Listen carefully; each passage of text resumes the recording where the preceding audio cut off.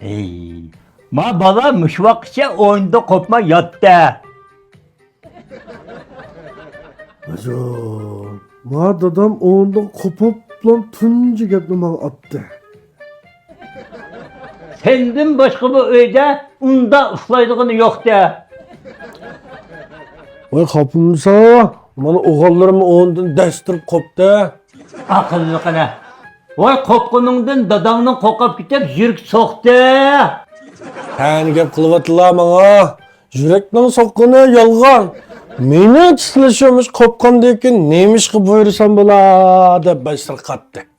Ey akıllı. Sendek ballı digen nadir dükkanlarını içip ne çıkırıydağa mallarını sattı.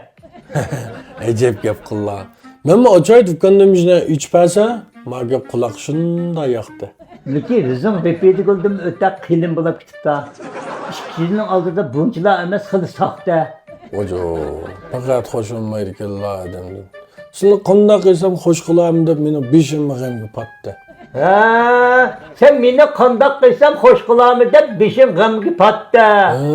Ötkülerine hoş kılıvatkan başka balının beşine kapak ağrı çaktı.